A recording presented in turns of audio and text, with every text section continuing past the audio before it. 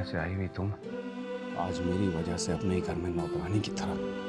अपने घर में काम करने से भला कोई नौकरानी बन जाता?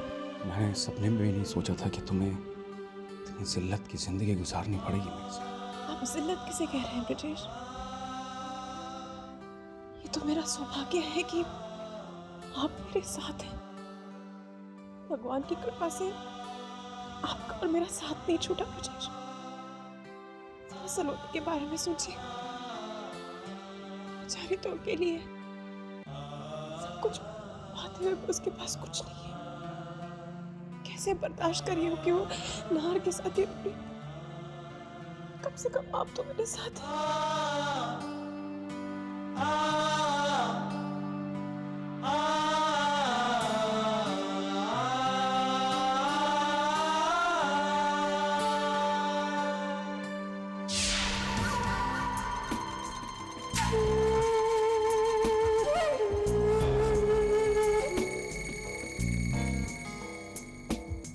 बहुत सुकून का एहसास हो रहा होगा ना, इतने दिनों बाद फिर से अपने घर में, अपने कमरे में,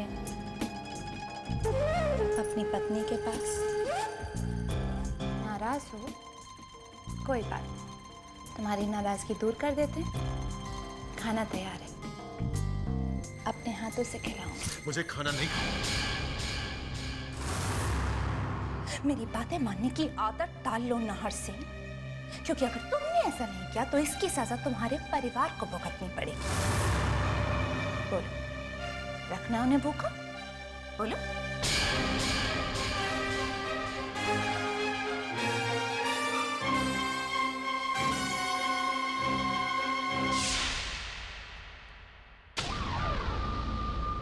आओ कुंवर साहब पधारो। कमाल है, जवाई और ससुर ने अब तक महफिल ही नहीं लगाई हैं? एक पैक बनाओ तुम्हारे लिए। भाई साहब बाकी सब कहाँ हैं? इतने उतावले क्यों? नौकर को भेजा है ना बुलाने के लिए। लो, आ गए।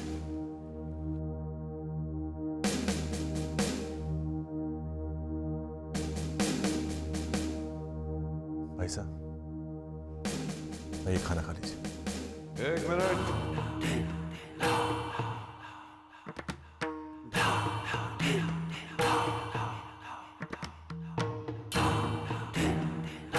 इन्हें टेबल पर ले जाने से पहले इस घर के मालिक से इजाजत तो ले लो कि वो इन्हें इस लायक समझता भी है कि इनके साथ बैठकर खाना खाया जाए।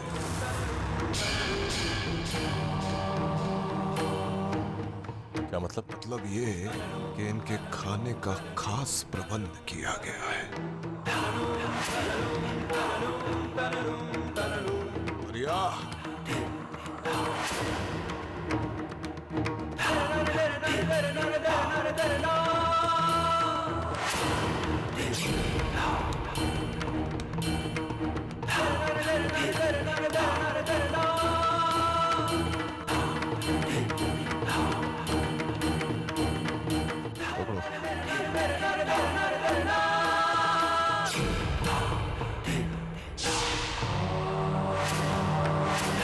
लो ब्रिजेश, तुम्हारा खाना।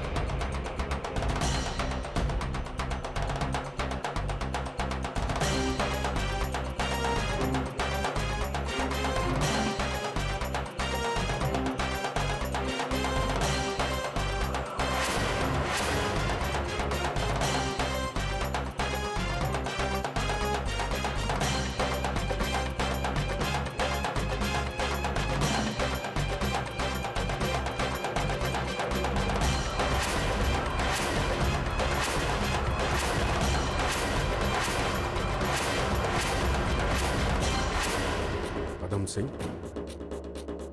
पैसा और ताकत इंसान को अमीर और शक्तिशाली बना सकता है, बड़ा नहीं। पैसों पर गुरूर करना बेवकूफी है,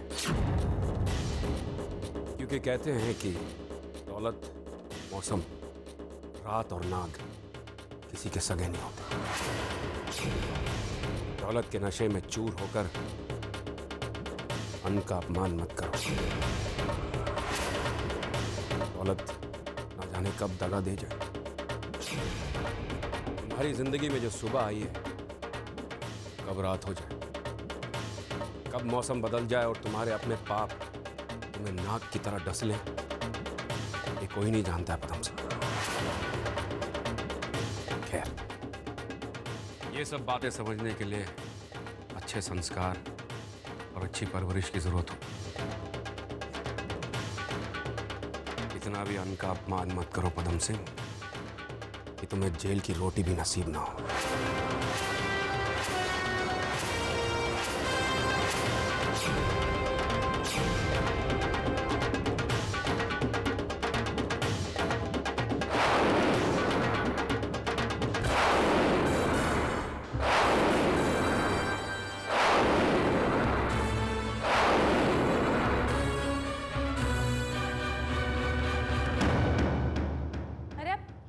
तुम कहाँ जा रहे हो? डिनर तैयार है, खाना खाते जाओ। जब तक मेरे पूरे परिवार को ससम्मान खाना नहीं परोसा जाएगा, तब तक मैं भी खाना नहीं खाऊंगा।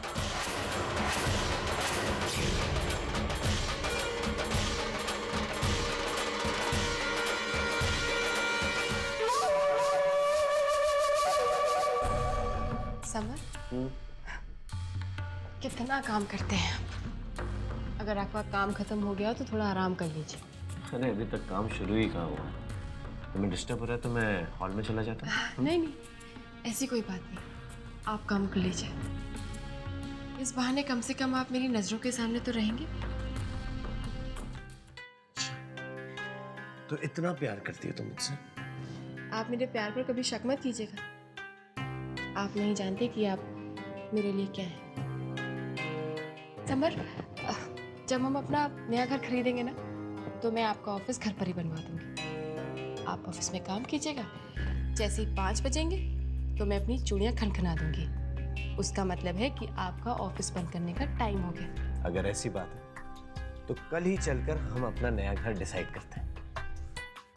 तुम और नहीं, इनफैक्ट मम्मी, पापा, शुभ्रा, दीदी, सब लोग। उनकी भी ओपिनियन जरूरी है ना? मम्मी पापा का देखना जरूरी है। बिल्कुल। अरे भाई, उन्हें भी तो अपना नया घर पसंद आना चाहिए। अच्छा, तो वो सब भी हमारे साथ चल रहे हैं। चल रहे हैं का क्या मतलब है? चलेंगे। अरे भाई, मेरे मम्मी पापा हैं। इस उम्र में थोड़ी ना मैं उन्हें इस टूटे फूटे घर में रहने दूंगा। कुछ फर्ज बनते हैं मेरे। तुम्हें कहीं कोई ऑब्जेक्शन तो नहीं? नहीं, मुझे क्या ऑब्जेक्शन हो सकता है। जान, तुम्हें कभी कोई प्रॉब्लम नहीं हो सकती।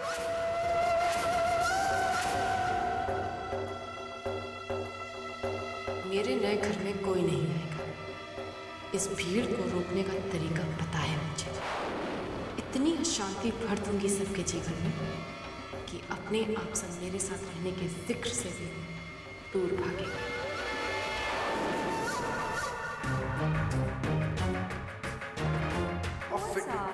आप तो आपकी अपनी तैयारियों में पड़े हो। अरे दूसरों की फिक्र भी किया कीजिए। शादी में अब दिन ही कितने रह गए हैं? काकी साथ शादी हो चुकी।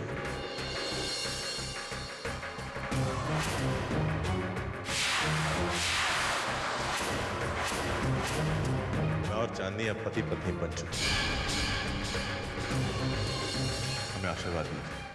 रुक जाओ, मैं इस शादी को नहीं मानता। ये हमारे घर की बहू नहीं हो सकती। ब्रिजेश,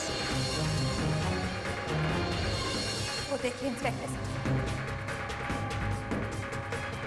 वो है मेरे पति नाहर सिंह, जिन्होंने मुझे तलाक दिए बिना उस दूसरी औरत के चक्कर में आकर मुझे छोड़ दिया।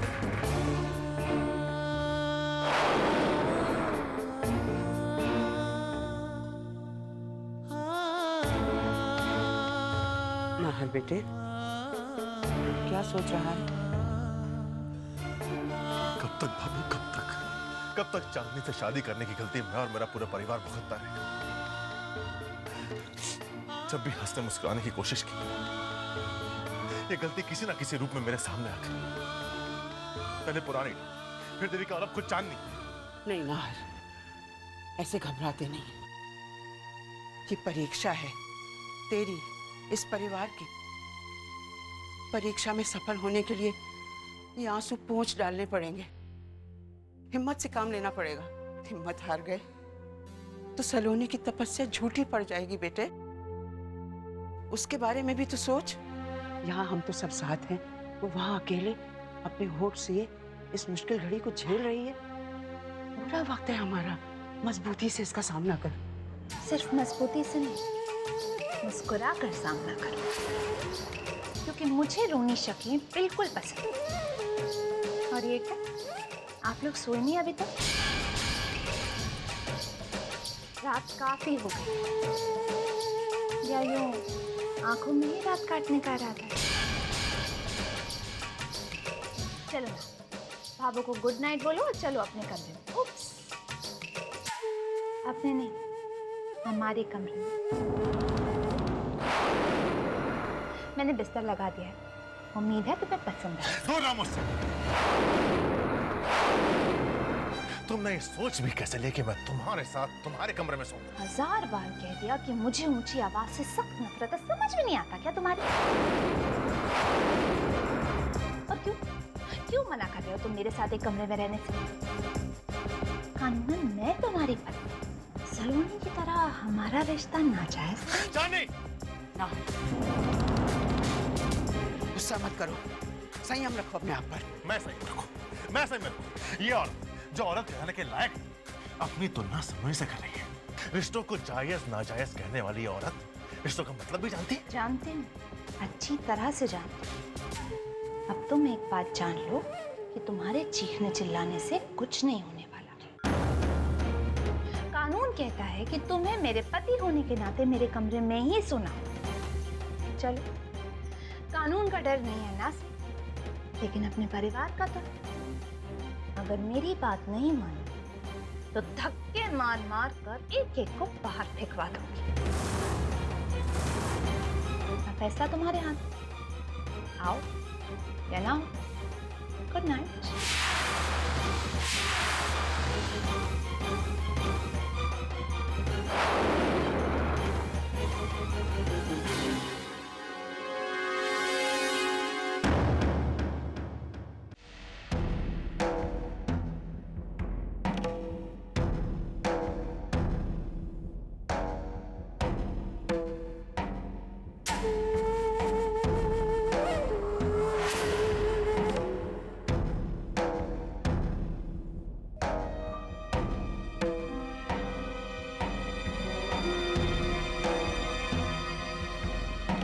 ये क्या कर रहे हो तुम? मेरे साथ मेरे बिस्तर पर सो। Shut up! Just shut up! तुम्हारे साथ एक ही बिस्तर पर सोने का मैं इस जन्म में क्या अगले 100 जन्मों तक सोच भी नहीं सकता।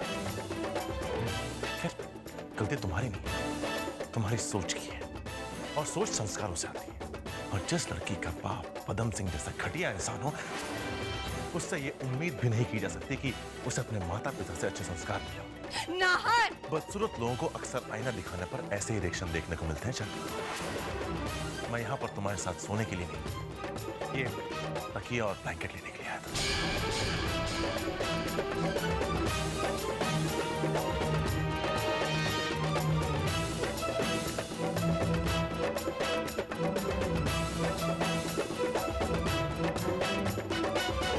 अब भी इतनी अकड़, इतना गुरूर। कोई बात नहीं नाहर सिंह, जब 100 बार मेरे सामने नाक रगड़ोगे ना, तो न ये नाक रहेगी और न ये अकड़। बस देखते जाओ।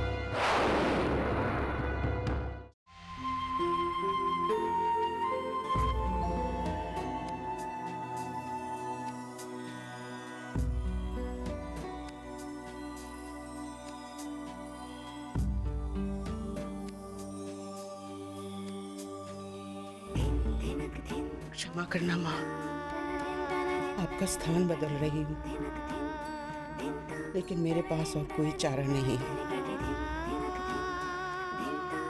इस घर पर मुसीबत के बादल छाए हुए हैं माँ।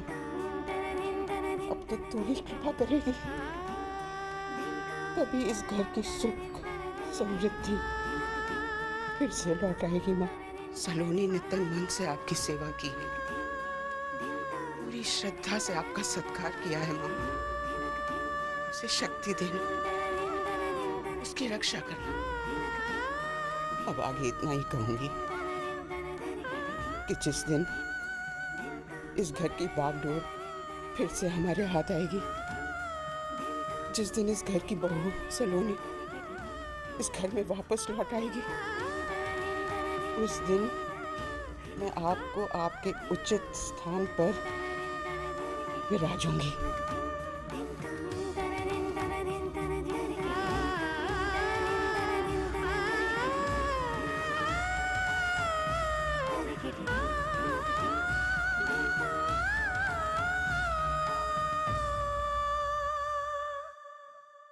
पदम सिंह जी ने आपको याद किया।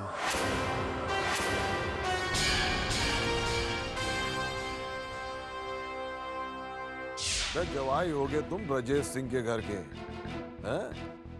मेरे घर में तुम्हारी हैसियत एक नौकर से ज्यादा और कुछ नहीं है। और नौकर को पेट भरने के लिए काम करना पड़ता है, काम। बिस्तर तोड़ने के लिए रोटी नहीं मिलती। जाओ, जाकर बगीचे में काम करो। और सुनो, जब वो काम खत्म हो जाए तो देखना कि राशन क्यों नहीं आया अब तक।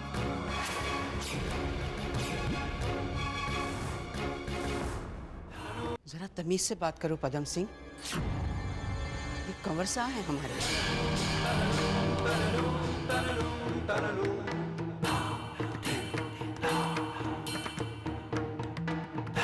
ए गौरी, तमीज बदतमीजी हमें ना सिखा, और तू भी सुन ले कान खोल के। इन लोगों ने दिया होगा तुझे माँ का दर्जा, मेरी माँ नहीं है तू एक नौकरानी थी और नौकरानी रहेगी। चल, चाय बना कर ला हमारे लिए। बाबा, ये क्या कर रहे हैं आप? चाहे जो भी हो जाए, है तो ये हमारी बुजुर्ग ही, और नाहर भी ने माँ की तरह मानते हैं। अब नाहर की हम सब की जिंदगी में क्या जगह है, ये तो आप जानते ही हैं। भाभो, आप एक काम कीजिए, जाकर नाहर के लिए चाय ले आइए। और रही बात बाबा के लिए चाय बनाने की, तो अदिति बाई सा, तारा भाभी सा है ना, चाय बनानी तो आती होगी ना। चलिए बाबा, मुझे आपसे कुछ जरूरी बात करनी है।